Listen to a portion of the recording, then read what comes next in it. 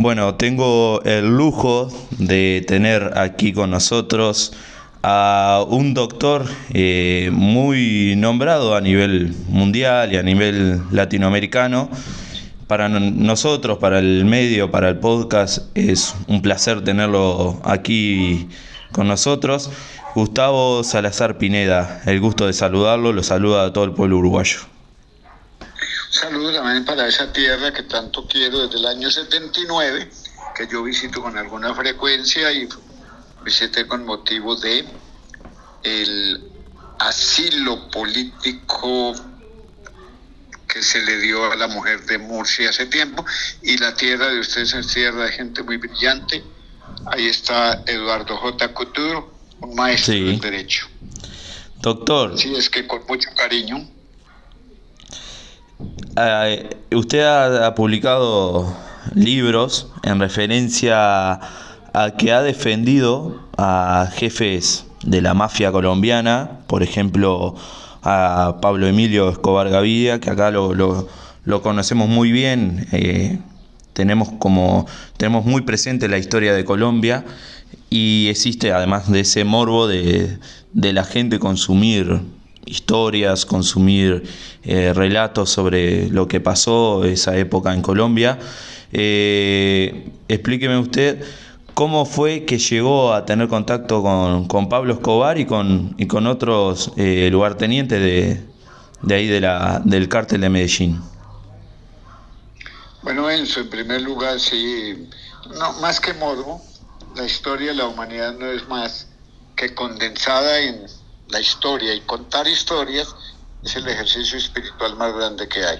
Las Mil y una noche y la Biblia pues, son historias y narraciones que a la gente le gusta, y a los niños les cuentan historias de qué sé yo, de hadas, de muñecos, de Pulgarcito, etcétera. Sí. A todos nos gusta esto. Entonces, respondiendo a su pregunta, efectivamente, desde los años finales de los 70 y principios de los 80, soy llamado por el cártel de Medellín, especialmente por Pablo Emilio Escobar Gaviria y Gonzalo Rodríguez Gacha. También fui asesor de los hermanos Ochoa Vázquez y de muchísimos lugartenientes de Pablo Escobar Gaviria, y del Valle del Cauca también un gran capo, que fue Elmer Pacho Herrera. También fui defensor y estuve en Suiza, un personaje muy famoso aquí del Atlántico, que fue el que más marihuana exportó a Estados Unidos, Julio César Nácer David. Y otros, no de menor importancia, los mellizos, etcétera. He tenido a mi haber defendido por lo menos, sin exagerar, unos 20, 30 capos de la mafia. Wow, es perfil mucho. Grandísimo. Sí, recordemos que Elmer Pacho Herrera era el jefe del cártel de Cali. Y el hombre más adinerado realmente. De Colombia. Sí, uno de los más adinerados del mundo. Era un hombre, inclusive la financiación de la campaña de Ernesto Samper Pizano se hizo a través de él, y los Rodríguez Orejuela eran sus socios, pero aquí el que manejaba el dinero y las finanzas y el rico del cartel de Cali y la guerra del cartel de Cali fue por Elmer Herrera Buitrago, más conocido como Pacho Herrera. Además, según fotografía, incluso usted tiene una fotografía con él, que fue el día que se entregó a la cárcel, si no mal recuerdo. No tiene como una cara de mafioso, sino como todo lo contrario, una cara de una persona, como usted lo ha llamado también, como un sacerdote, alguien de la iglesia. No es un rostro que digamos, bueno, es tranquilo, es mesurado, pero cuando toma decisiones la tomaba firmemente, me imagino.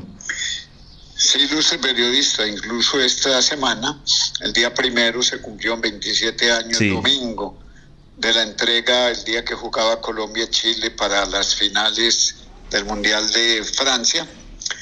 Ese día se entregó a la justicia, y el mismo Rosocer Serrano, llamado el hombre, el policía estrella del mundo por capturar los capos más grandes, lo dijo en la Casa Cural del municipio de Yondó, de Yondo.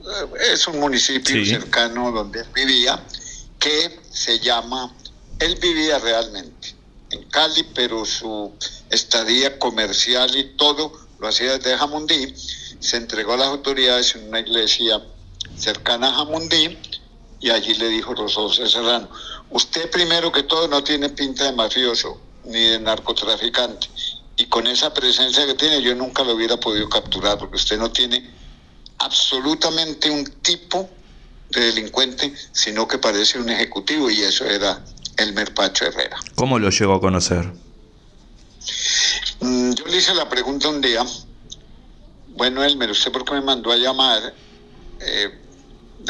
meses después de la muerte de Pablo Escobar? Sí. ¿Usted cómo supo de mí? Y me dijo: mire, durante la guerra, cuando estábamos en pleno auge de la guerra del cartel de Cali, en donde habían bombas y masacres por parte y parte, sobre todo por parte del cartel de Medellín, yo salía en esa época en televisión sistemáticamente, con mucha periodicidad, como abogado de Pablo, del Mexicano, y le dijo a su abogado, que era como su consigliere, que se llamaba Vladimir Ilich Mosquera Cruz: sí. ¿Oíste, Vlad, y vos conocés a este abogado? Dijo: claro, él ha trabajado conmigo varios procesos, inclusive el mismo Pablo. Dijo: es el abogado de mi enemigo, pero lo quiero para mí. Y efectivamente en el año 96, empecé a ejercer desde el principio su defensa, y así hasta su muerte en noviembre del 98, que se cumplirán ahora el 5 de noviembre, 25 años de esa fatal tarde que tanto conmovió al mundo, porque fue una muerte violenta en una cárcel. Sí. Alguien que se hizo pasar por abogado fue, ¿no? Un sicario que se hizo pasar por abogado.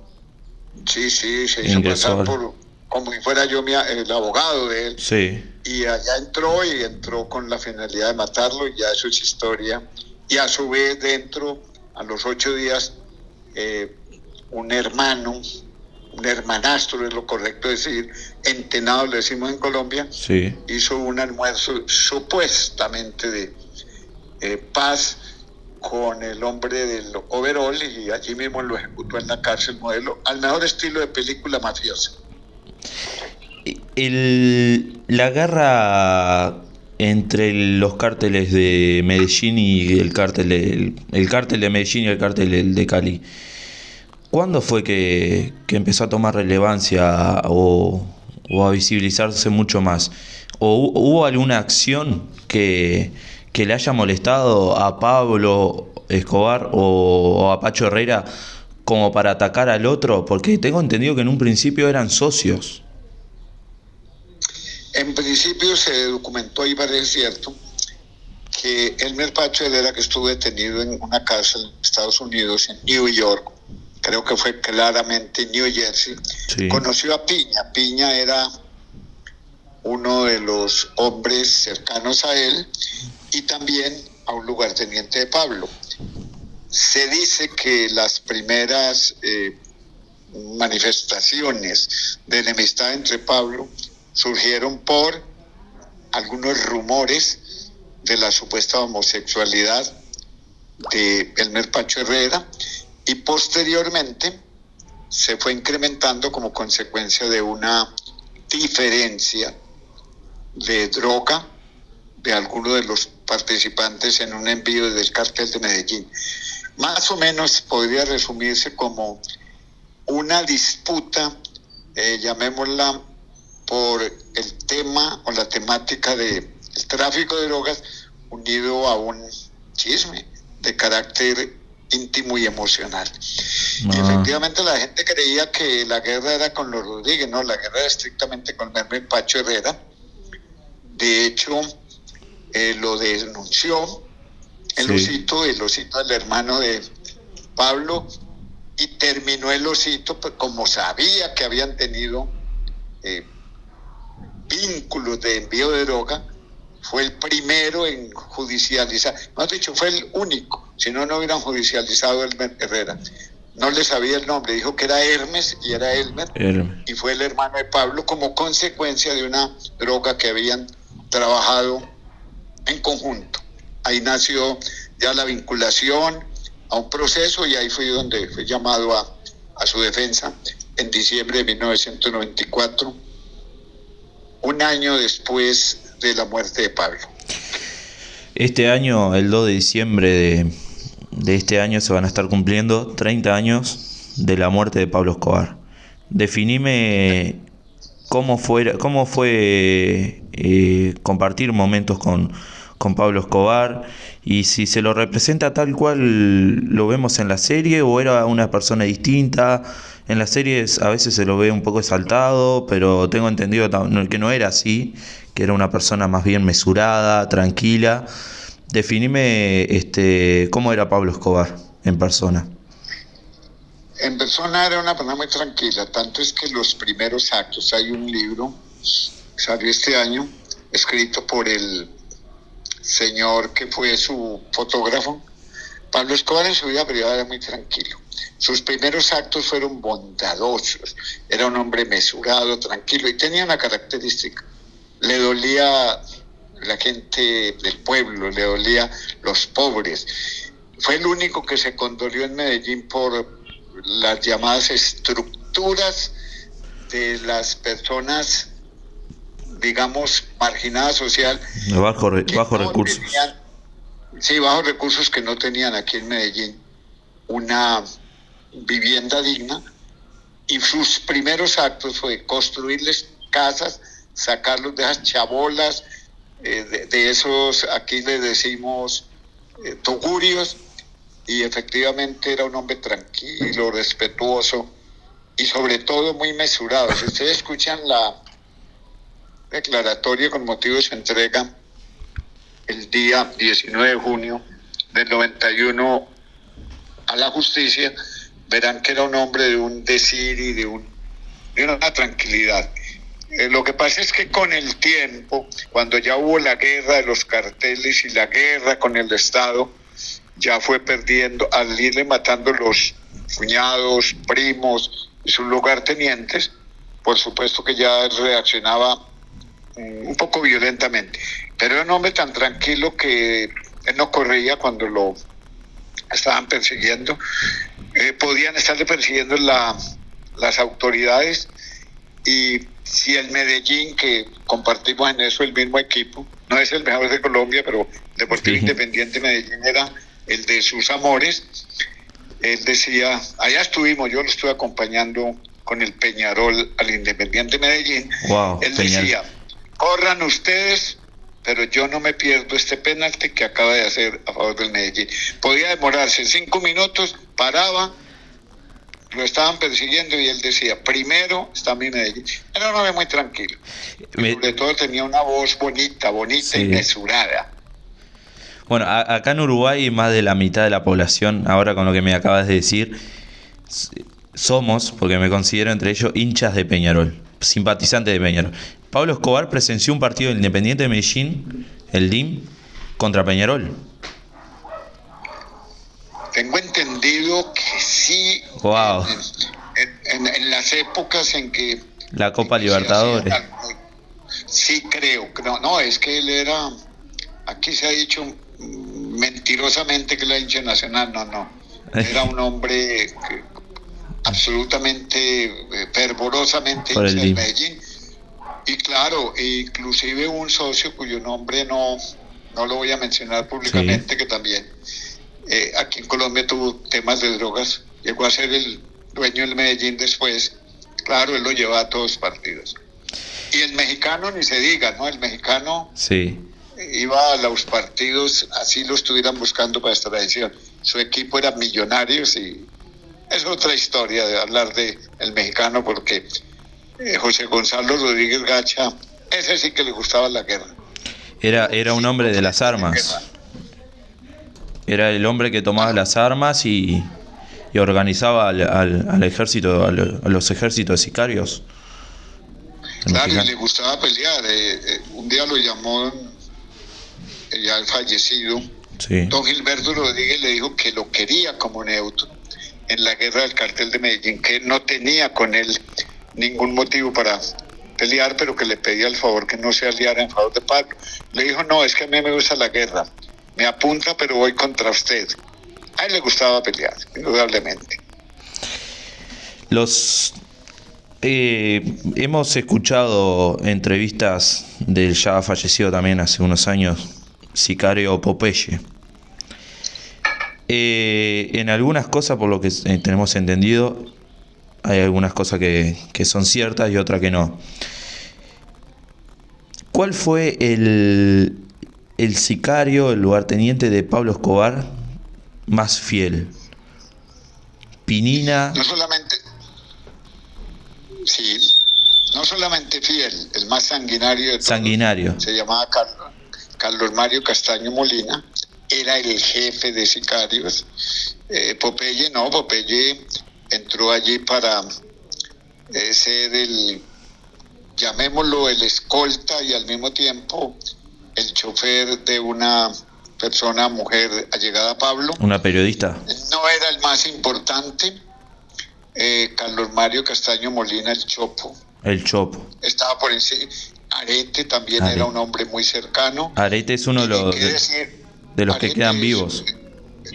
El que se autoconfesó y confesó que puso el avión de Avianca, Carlos Mario Alzate Urquijo.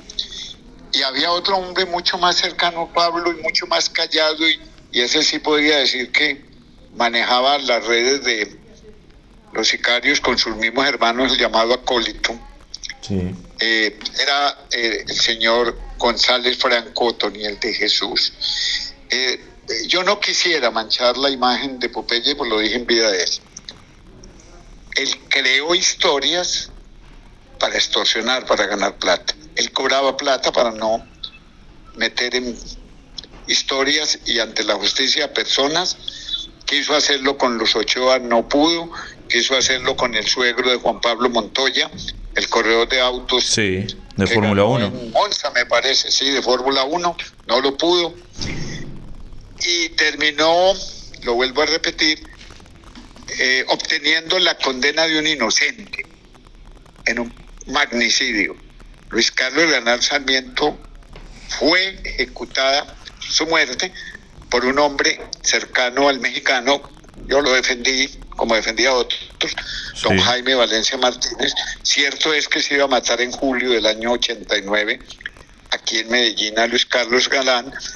Falló el intento aquí en la Universidad de Medellín, y quien se encargó en Bogotá, donde manejaban los sicarios, la zona de Cundinamarca, el Magdalena Medio, Bogotá lo manejaba Gonzalo Rodríguez Gacha, fue la estructura del Magdalena Medio, que había utilizado muy bien para su conocimiento de la guerra, con Yair Clan, el mexicano, José Gonzalo Rodríguez Gacha. Es falso que... le voy a dar otro dato, que eso no se conoce mucho a nivel mundial. Yo participé en la defensa de Galán desde la segunda semana, y yo sabía que el cartel de Medellín no había intervenido, sino que había sido el mexicano. Y el año antepasado, en una conversación con el sobrino de Pablo Escobar, Nicolás Escobar Urquijo, hijo de Osito. Hijo de Osito, que además están peleando, lo dijo claramente. Entre otras cosas, no quería, por mentiroso y por bocón, a Popeye. No estuvo nunca de acuerdo que se pusiera como general de la mafia, porque no lo era. Él se inventó ese título: yo soy el general de la guerra del cartel. No. Y finalmente dijo una cosa que yo sabía que la debía decir, y es que Pablo Escobar dijo: bueno, me están atribuyendo la muerte de Galán, bueno, la voy a utilizar, voy a decir que sí, para poder tener negociación con el presidente que reemplazó a Galán, es decir, César Gaviria Trujillo.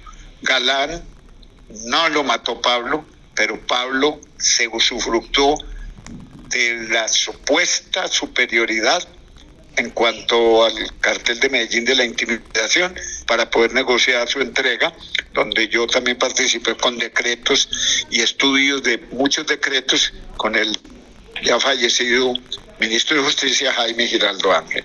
Es decir, el señor Popeye consiguió dinero, fama, sus podcasts y también me parece que ganó algunos beneficios jurídicos con mentiras. Yo diría que el 70% de lo que dijo es mentiras. Se lo dije en vida y a un hombre que siempre estimé. De hecho, yo fui abogado un tiempo de él, cuando estaban matando abogados en el año 93. Wow. ¿Recordás qué estabas haciendo aquel día que mataron a Galán? El día que mataron a Luis Carlos Galán. Porque fue un magnicidio muy conmovedor para la sociedad colombiana. Yo me encontraba en Bogotá el viernes 18 eso fue clarísimo, que fue agosto del año 89. El 4 de julio le iban a matar en Medellín. Y desde finales del 31 de agosto ya estaba yo recibiendo poder de el hombre que fue el que no mexicano mató a Galán, que fue un señor Jaime de Jesús Valencia Martínez, paisano de Pablo de Río Negro, Antioquia. ¿Cómo fue que lo mató? Tenemos la imagen de Carlos Galán subiendo al estrado y se escucha como una ráfaga de tiro, ¿puede ser así? Sí, ahí hubo complicidad, inclusive un cierto personaje que también yo defendí, sí, que dicen que participó en la muerte, y un grupo de personas, entre ellos Belleyesid Barrera Ramírez, que participó en la muerte de otro personaje, que distraían. Unos distraían, pero realmente los hermanos que mataron a Galán estaban debajo de la tarima y ahí fue donde pudieron disparar. También se da la oportunidad para decir que un hombre que nunca fue mi amigo, también lo considero un condenado injusto, que es el general de la policía, muy famoso, Miguel Alfredo Maza Márquez. Esa es otra mentira que confeccionó el señor Popeye, John Jairo Velázquez, y que la Comisión Interamericana debería algún día revisar. Eso es una infamia, esa condena de esos señores, no tiene nada que ver, ni el señor ex candidato Alberto Santofimio Botero, ni el señor Miguel Ángel, creo que es Maza Márquez, Miguel Alfredo es el nombre de él, Maza Márquez, condenados injustamente por un delito que nunca cometieron. Bien. Nombraba recién a César Gaviria. A él fue que lo quisieron matar cuando volaron el avión de Avianca, cuando explotó el avión de Avianca. ¿Se refiere a quién se refiere usted? Fue a César Gaviria. Así, César Gaviria. A él fue que quisieron matar cuando sucedió la tragedia del vuelo de Avianca. Sí, eso fue una equivocación máxima. Yo creo que fue una de las locuras insensatas del cartel de Medellín, auspiciada fundamentalmente por el Chopo, porque sea claro que Pablo no determinó ni ejecutó todos los crímenes. Algunos los ejecutaban los aliados del Chopo, que era un hombre aquí de una ciudad cercana a Medellín, llama La Estrella, de pronto con la anuencia o con el permiso, con la complacencia o la omisión de Pablo, pero no todos los actos los ejecutaba Pablo. Eso fue una equivocación y el objetivo era equivocadamente matar a el por entonces candidato, que eso sí hubiera sido más locura todavía, César Gaviria Trujillo. Bien. ¿Conociste la Hacienda Nápoles? Sí, claro. ¿Cómo era un día estar ahí? La Hacienda Nápoles hoy abierta al público, hay que decirlo, era un conjunto de fincas que compró Pablo Escobar en Magdalena Medio con la finalidad de hacer su templo y su, llamémoslo, instrumento y al mismo tiempo como el paradigma y algo que mostrar. Y en una localidad cercana a mi pueblo y al de él, a Santuario y Río Negro, compró tierras y construyó pistas, construyó una casa nada del otro mundo bonita. La entrada era una avioneta que no es cierto que fue en la que primero mandó droga, no, eso hace parte del mito. Buen detalle. Tenía carros y tenía hipopótamos, y mire que trajo un problema a Colombia. Ahora estamos encantados con los hipopótamos que trajo el señor Escobar, que tenía una sensibilidad para los animales y para las personas muy alta y muy profunda. ¿Cómo era estar un día en la Hacienda Nápoles con Pablo Escobar? La verdad es que yo no estuve nunca en ese plan allí.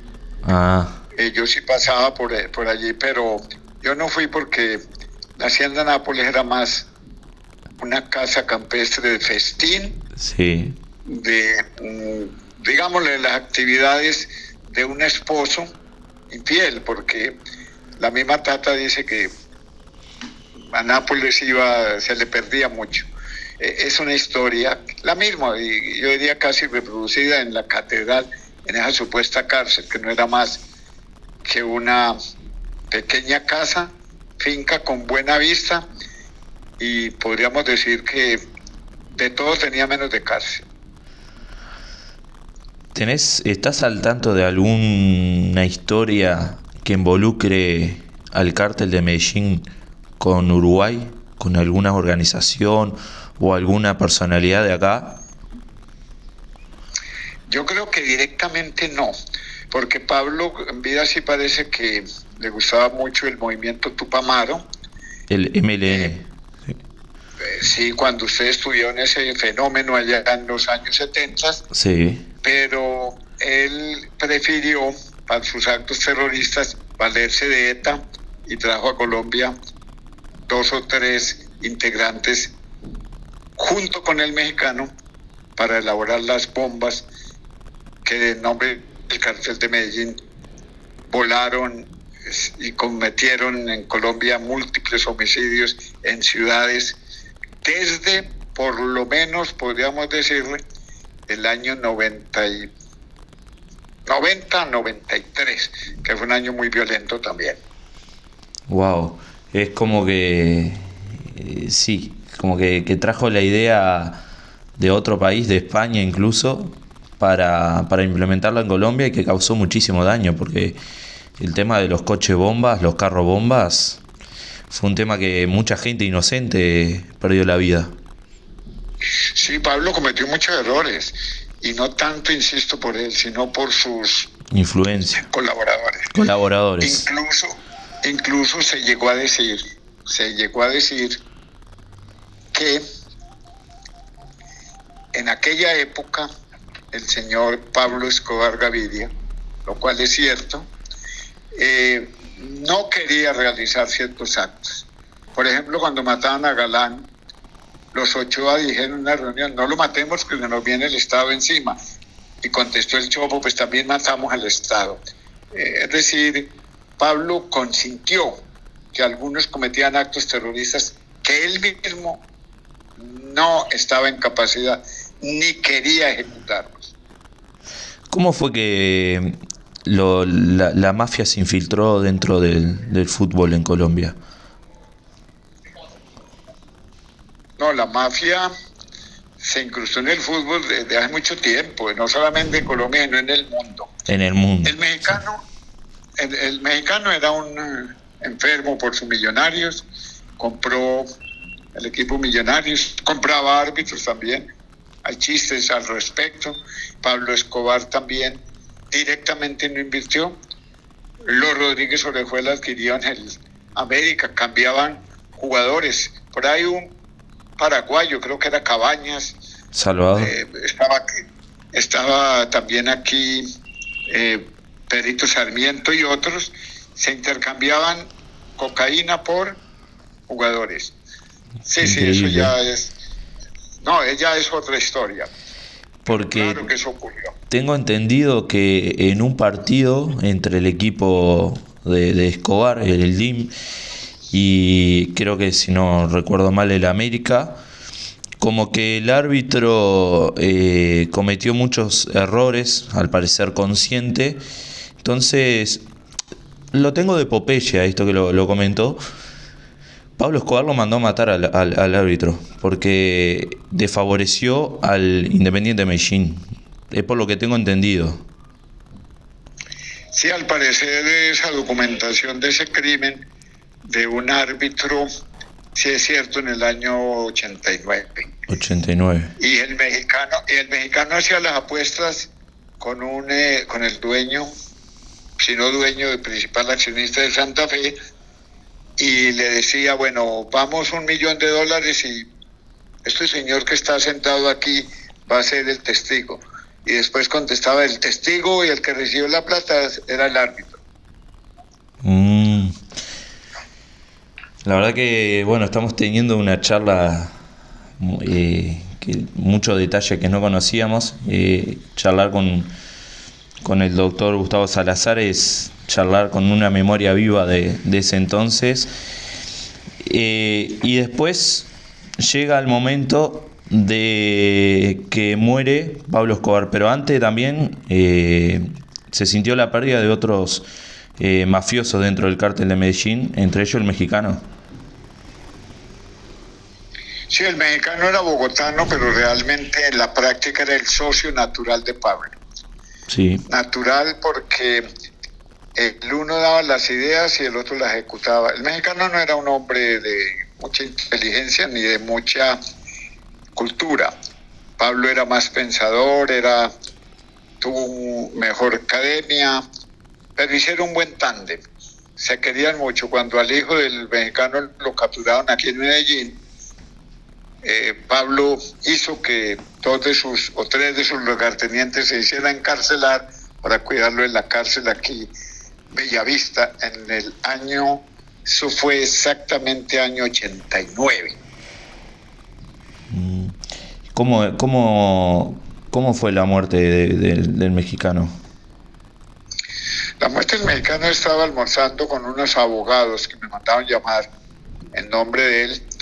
Me invitaron a almorzar, era un día viernes 15 de diciembre del año 89.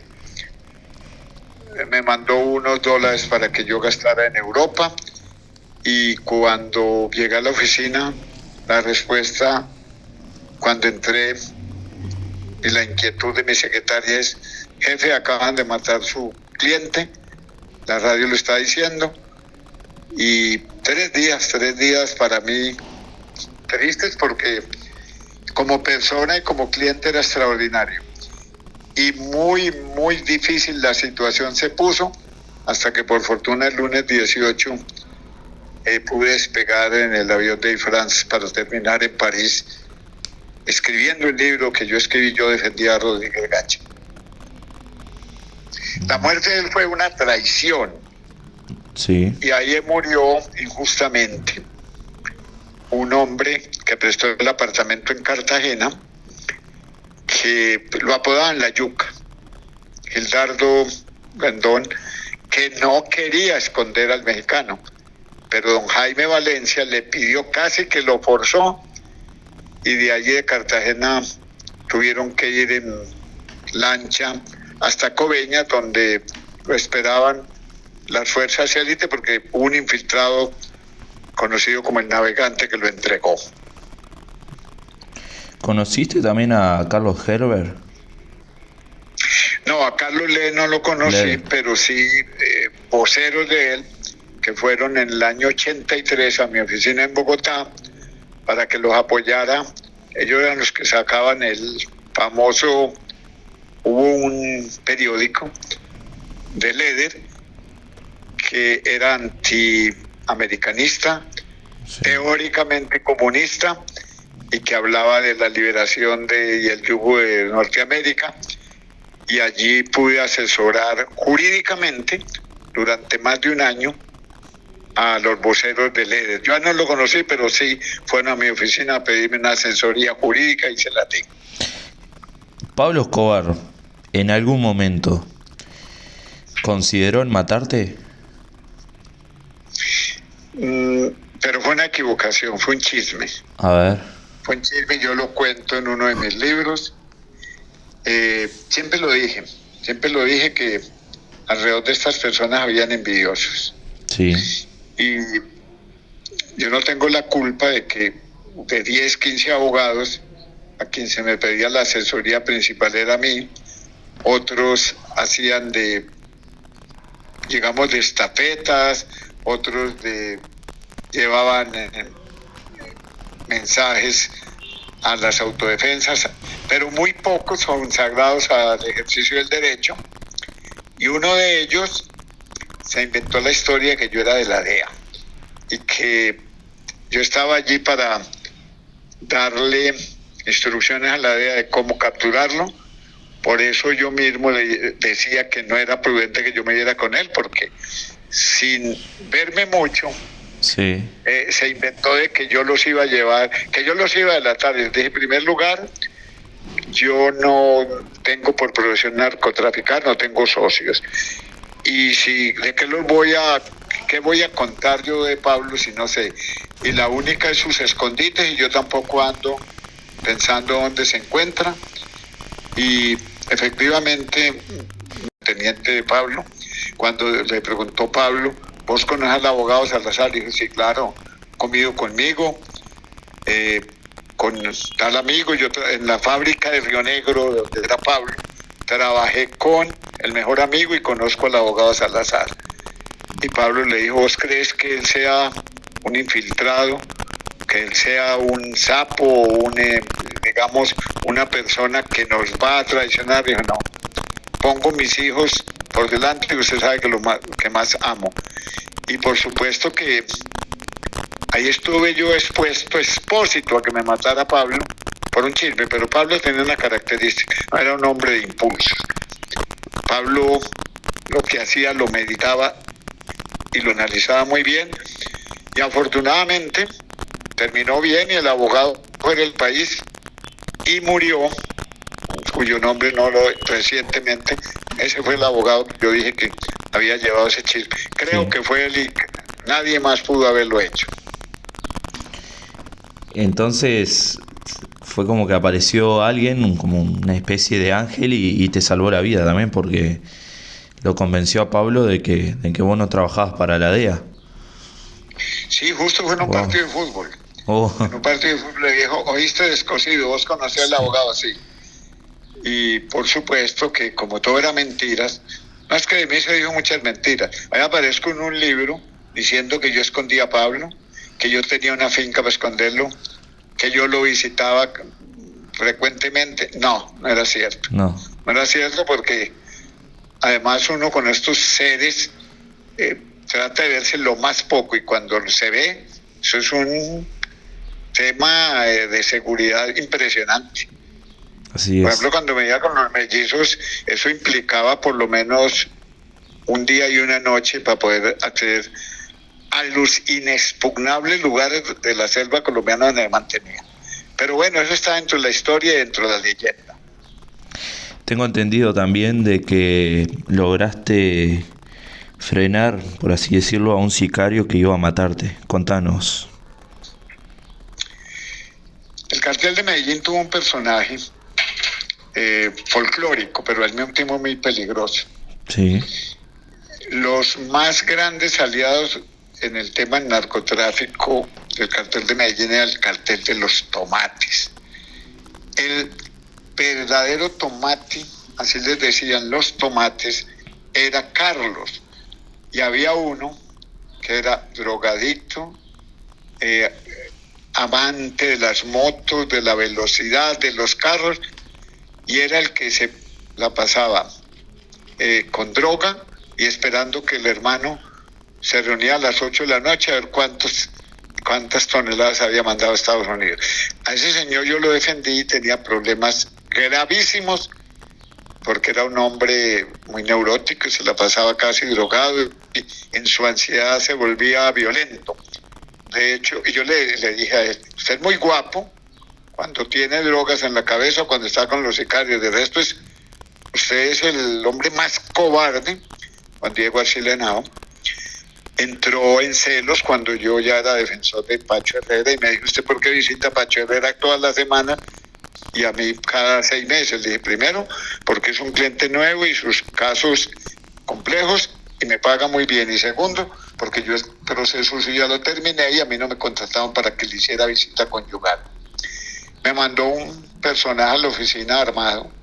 Por supuesto no iba con las intenciones de abrazarme, sino mínimo de intimidarme, pero yo creo que iba con la intención, porque él lo dijo, acabar con mi vida. ¿Logró entrar para adentro de la oficina? Sí, estuve en la oficina. La secretaria entró prácticamente en pánico. A mí lo que me tocó fue decirle: cálmese, tranquilo. Aquí juega mucho la psicología y mirar uno al personaje. Y es que quien va a matar o va a robar siempre tiene miedo. Sí. Pero al que tiene miedo usted no lo debe enfrentar retándolo, sino entrándole en la parte humana. Y yo le dije: bien, usted parece un buen muchacho, usted no tiene pinta de sicario, este hombre lo está utilizando, les paga muy mal, los traiciona. El hombre fue bajando. Eso fue cierto. Ese día iba inclusive yo para Argentina. Yo tuve un proceso allá muy famoso de la operación Strawberry. Sí. Iba para Argentina y el hombre me dijo por teléfono: es que yo le di a usted 8 días de vida. Y bajé y le dije: no, pero ni hueputa, le regalo 7. Sí, le dije: no me voy a ir, le regalo 7. No necesitame 8 días de vida. Le regalo los 7 y máteme, aquí estoy. Que si yo era guapo. Le dije: no, es que usted es el que me está retando. Y a los 2 días la mamá y su familia me llamó y el hombre, compungido, nunca más volvió a mencionar.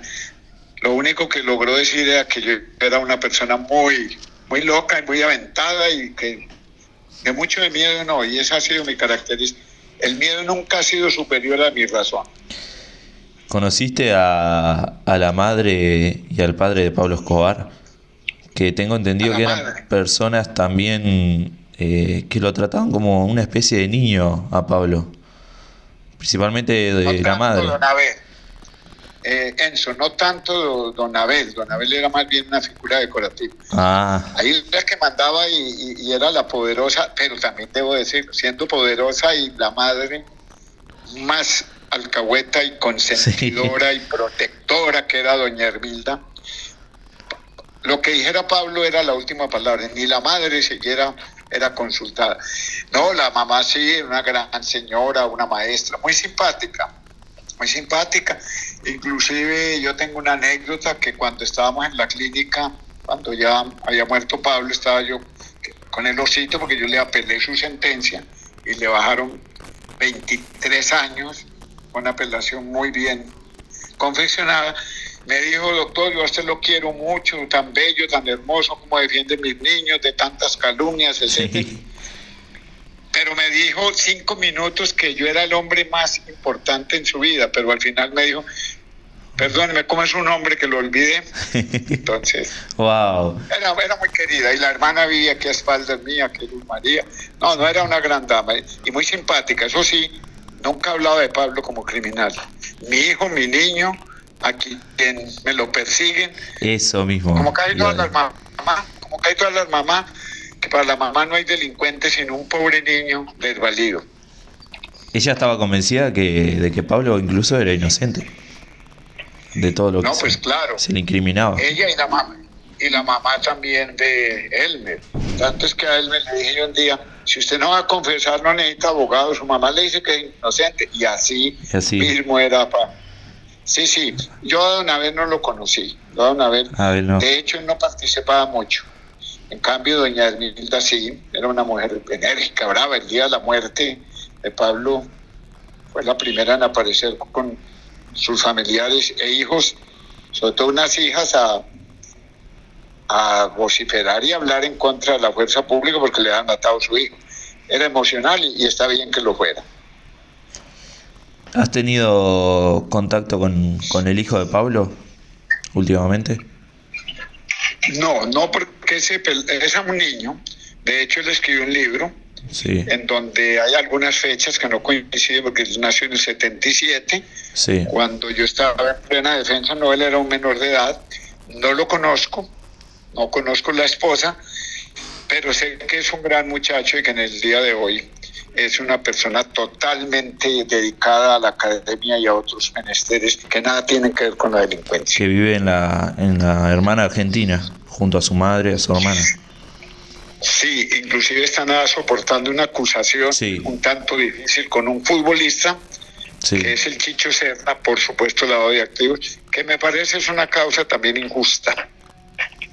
Sí, porque, bueno, el hijo publicó un libro, Pablo Escobar, mi padre, que cuenta relatos de que vivió con su padre, pero creo yo que usted, como otras personalidades de esa época, pueden hablar también con creces de lo que fue Pablo, sin mentirnos, sin crear un relato falso.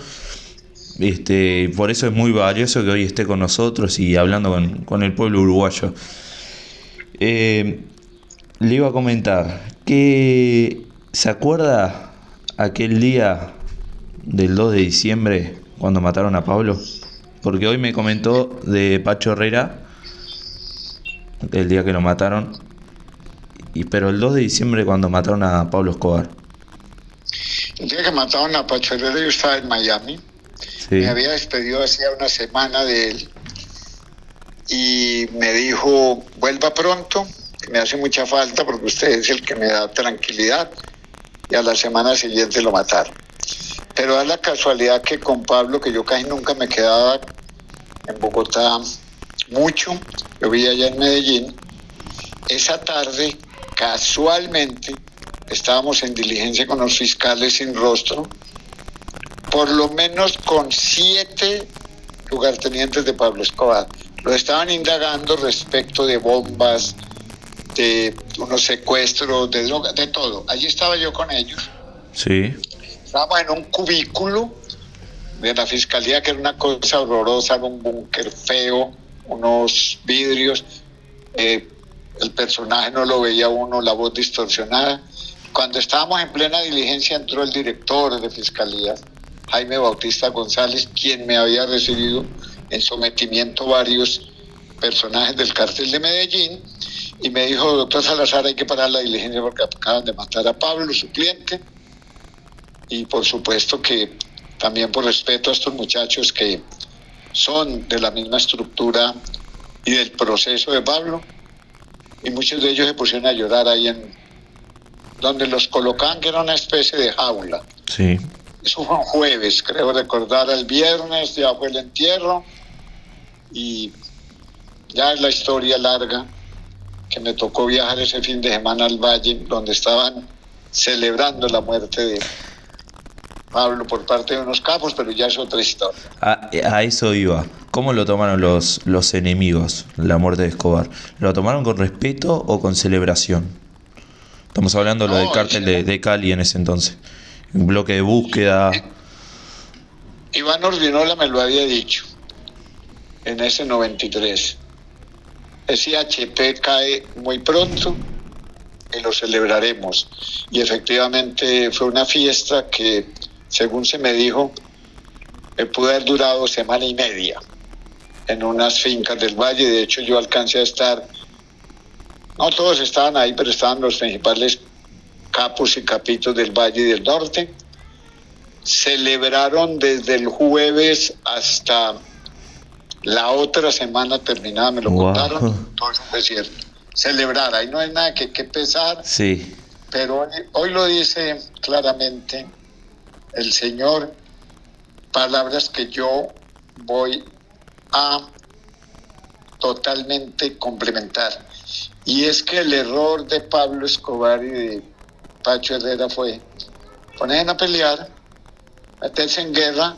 Si se hubieran unido, sí, ambos con tanto dinero, poder e inteligencia, Colombia no sería la misma, porque ambos eran brillantes. Pues tan brillantes que un hombre llegara a ser casi par de los presidentes de varios países. Yo lo he dicho en algunas entrevistas. Pablo siempre decía, ¿qué dice el Washington Post sí, de Ronald Reagan y de mí?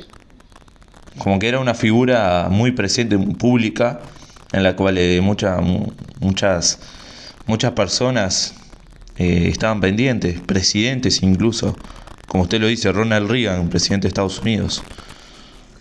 Y en Colombia decían, aquí hay dos presidentes, un copresidente que era Pablo Escobar, tenía mucho poder, Sí. una inteligencia brillante, y el cartel de Cali manejaba el Congreso, entonces ellos manejaban Colombia, pero se pusieron a pelear, como les dije yo.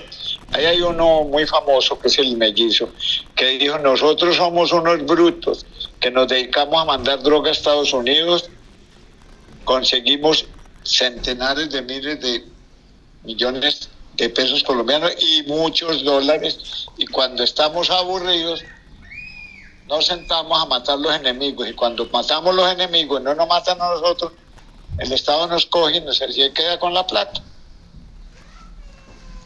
Esa es la mejor descripción de la vida mafiosa. Bien, doctor, le hago quizás ya, pues estamos cortos de tiempo, la última pregunta, que debería haber sido la primera, pero la dejé para lo último. ¿Qué fue lo que lo llevó a que usted estudie Derecho y sea abogado? La historia es larga, pero tiene muchos matices. Uno, yo tengo un carácter rebelde, intransigente en muchas cosas.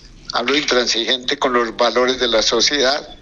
Me parece que los estados, la iglesia, castran a las personas.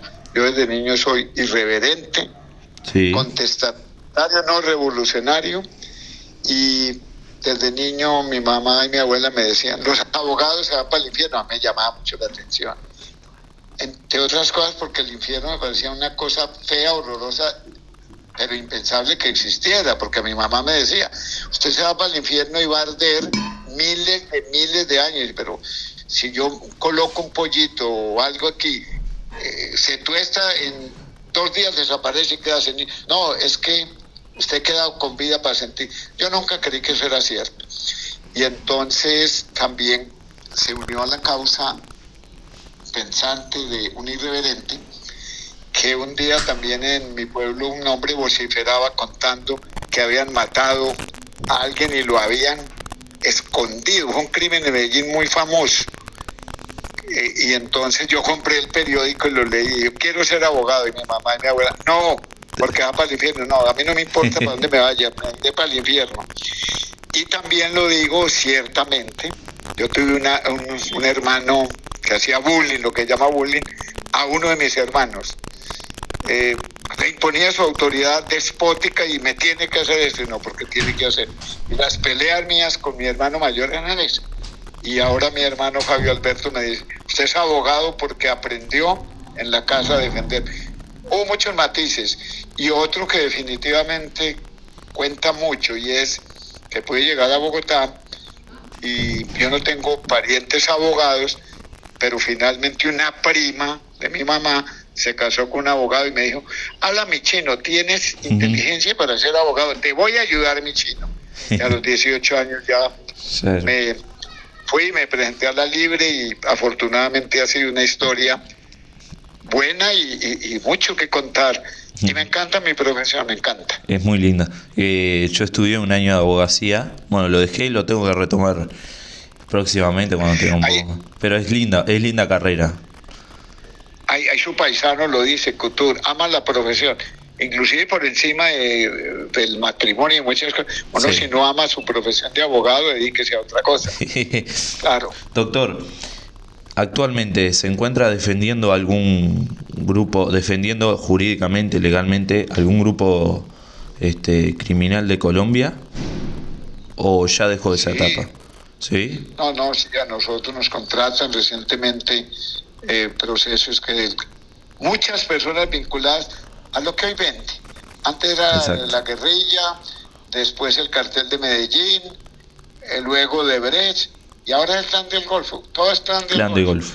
Alguien pasa por Urabá y como tenemos unos clientes, mercancía, les piden plata, mercancía a contrabando, y entonces dicen, ustedes pertenecen al Clan del Golfo, cuando son ellos los que instrumentalizan y les piden dinero.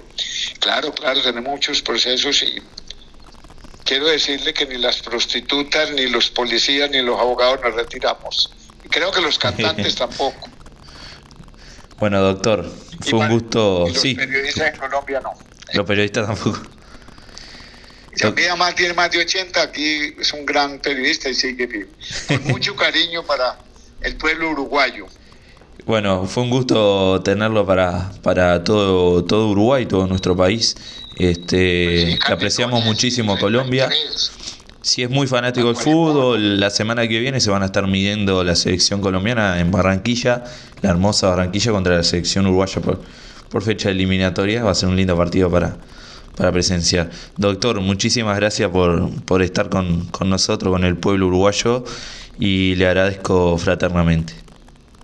No, un abrazo grande y quiero decirle que desde Bordaberry en el año 73 Sí. sigo la historia de ustedes. Un abrazo y los quiero. Un abrazo grande, doctor. Muchísimas gracias.